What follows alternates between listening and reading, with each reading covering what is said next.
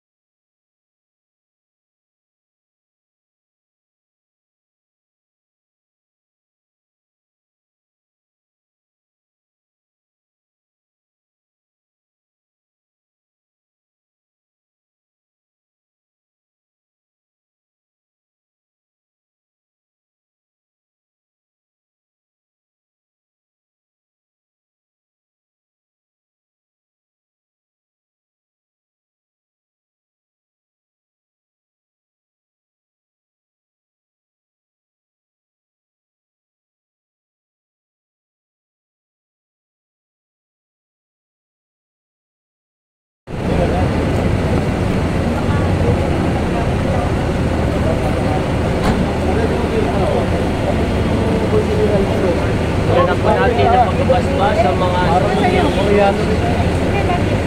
Sa ngalan ng Ama at ng Anak at ng Espiritu Santo, si Kristo na anak ng Diyos ay dumating sa daigdig upang tipunin ang mga nagkawat-awat ng mga anak ng Diyos. Ano ba dahil sa sakyan at nagaling sa mga tao para magkating kung ay paumahay sa tayo ng Diyos na nagmahamat mag-isahin ang mga bigla ng mga bundok at pilit ng pagkakahimalay ng mga. Malinaw manalangin sa panupang kanyang paspasan mga nagsigaw at makikinabas sa mga daan at sasakyan.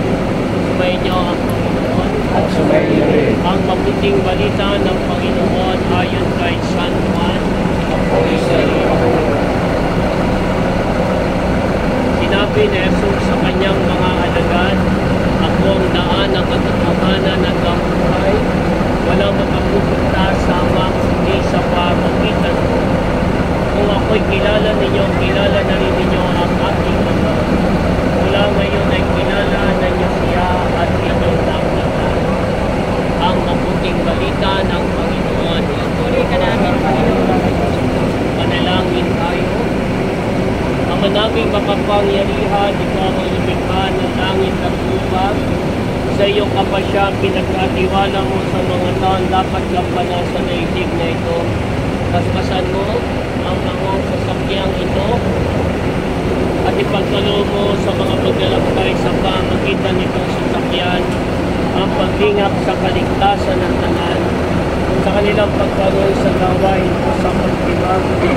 Iyong ikanamang si Kristo'y kasama sa daan bilang Panginoong nabubuhay kasama ng Espiritu Santo magpasawalang hanggan.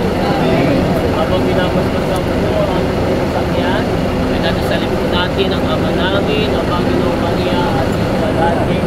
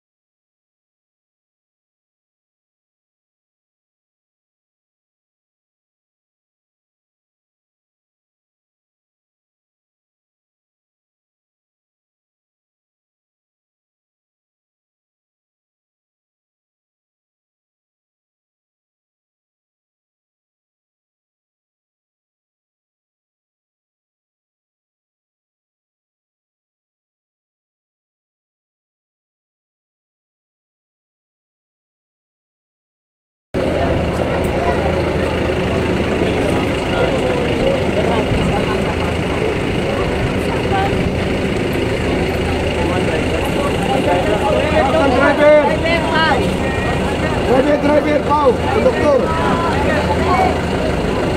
Driver, conductor.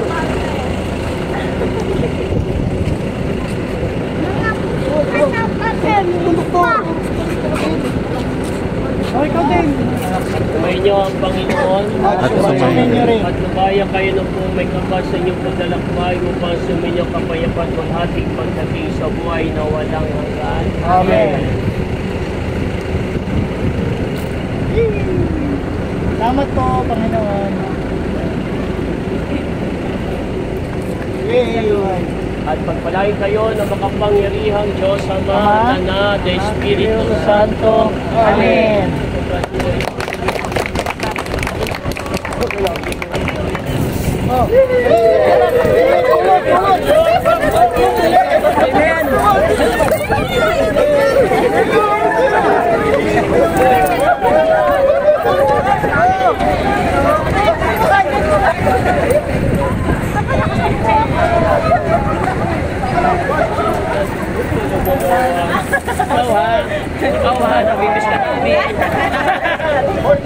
Tahimik lang pala naman eh. Parang trabaho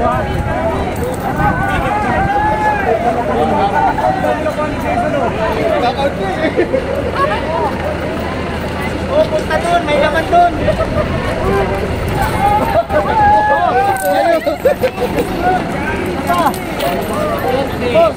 Maraming blessing.